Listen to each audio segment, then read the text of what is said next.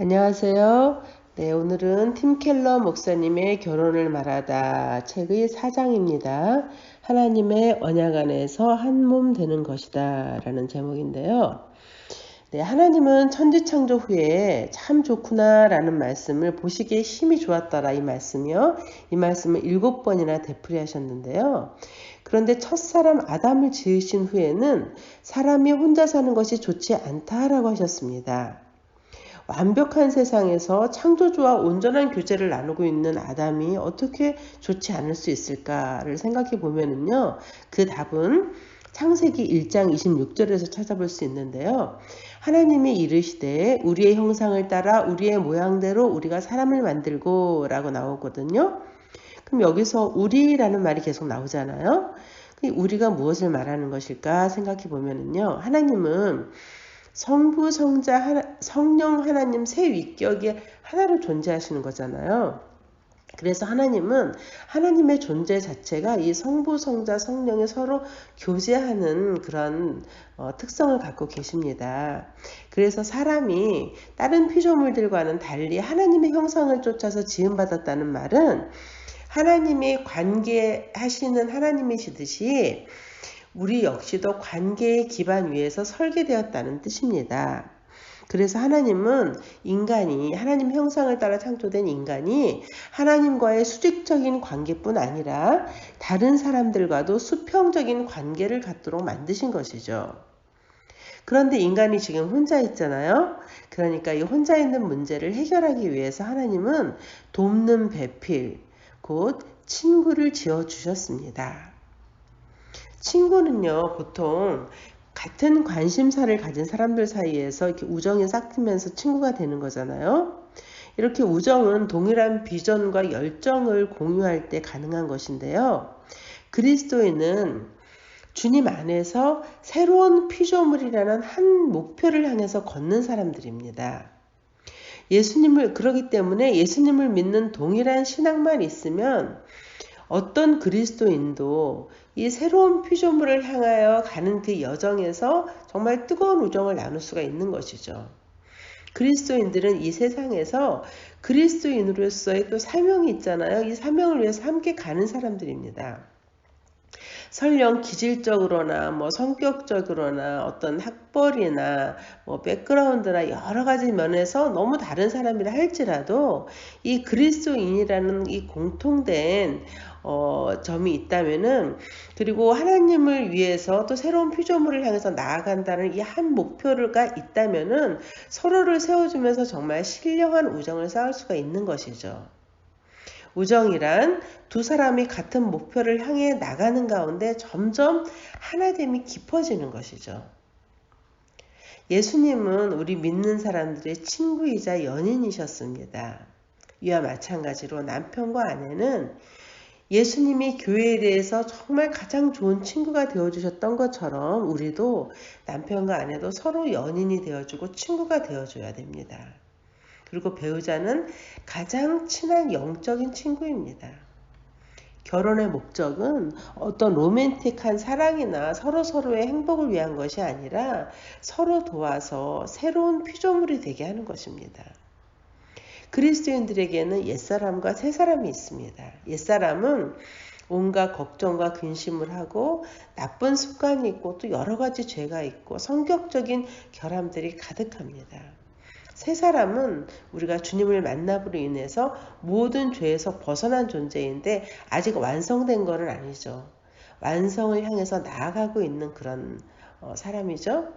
때로는 우리 안에 옛사람과 새사람이 다 있기 때문에 옛사람의 구름이 짙게 드리워져서 자신의 참모습, 즉 새사람이 전혀 모습을 드러내지 않을 때도 있고, 또 때로는 이 옛사람의 모습이 완전히 거쳐지고 정말 지혜와 용기와 사랑 있는 새 사람의 모습이 내 안에 막 드러날 때도 있습니다.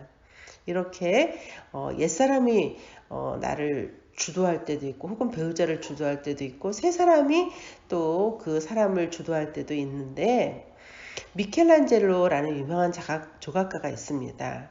이 미켈란젤로의 가장 유명한 그 조각상이 그 다윗상이라는 건데, 사람들은 이 유명한 다윗상을 보면서 어떻게 이렇게 멋진 작품을 만들었냐라고 미켈란젤로에게 질문했습니다.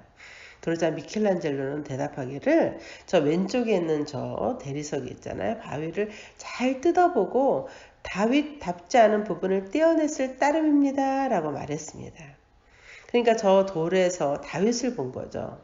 그래서 저 돌을 다듬어서 다윗상을 만들어낸 것이죠. 결혼 상대를 찾을 때는 이렇게 반드시 서로의 내면을 볼 줄 알아야 합니다.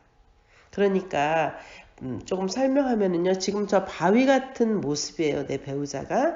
그렇지만 저 안에 있는 하나님의 아름다운 형상을 볼 줄 알아야 된다라는 것이죠.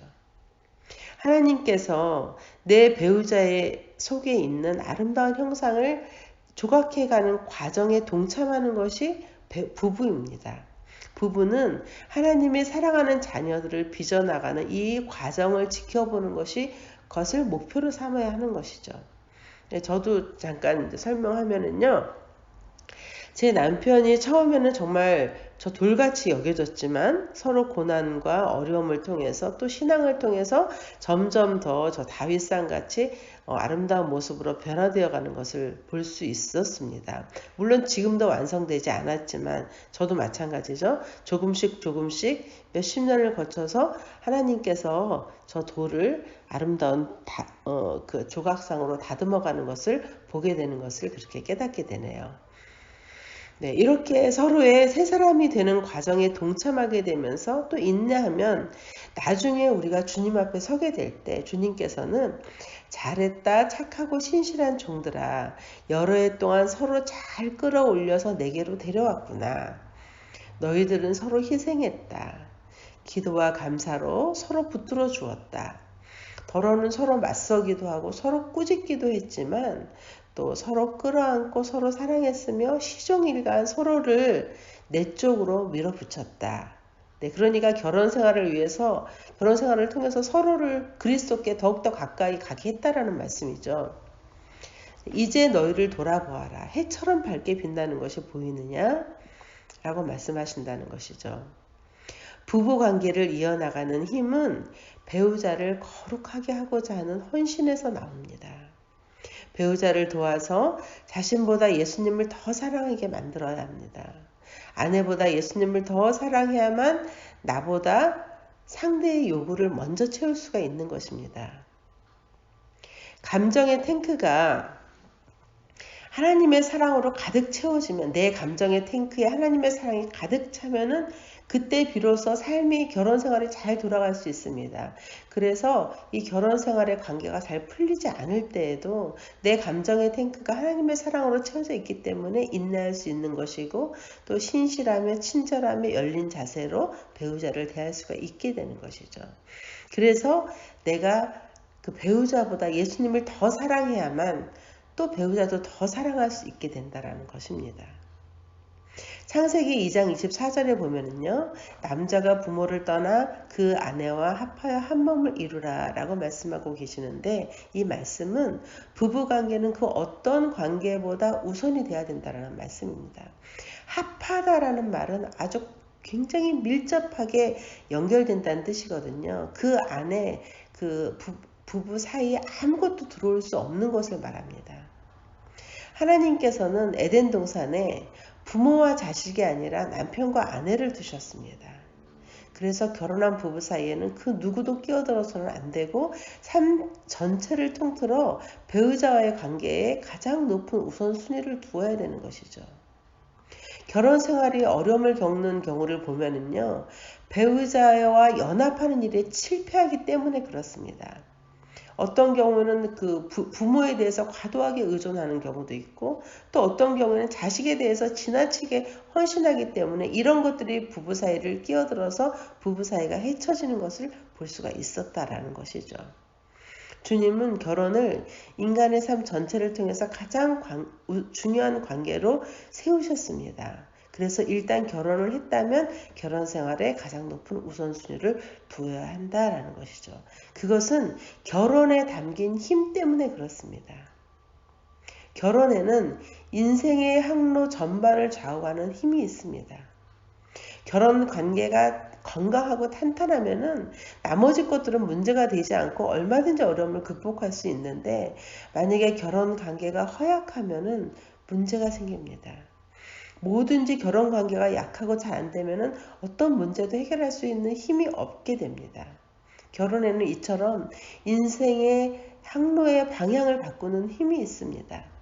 이 힘을 가진 것이 결혼이기 때문에 이 결혼의 가치를 깨달아 무엇에도 양보할 수 없는 최고의 우선순위를 결혼에 두어야 한다는 것입니다. 이처럼 우선순위를 결혼에 부여하기 위해서는요, 영적인 우정이 서로 간에 있어야 됩니다.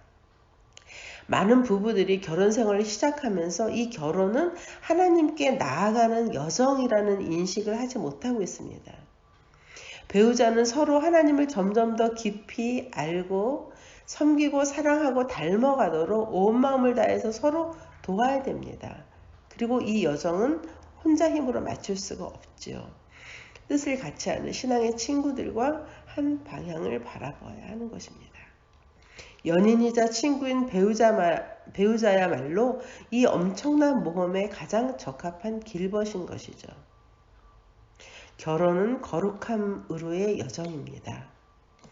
그리스도의 신앙 안에서 서로를 세워주며 더 온전한 그리스도인으로 세워주는 것이 결혼의 목적이다라는 것입니다.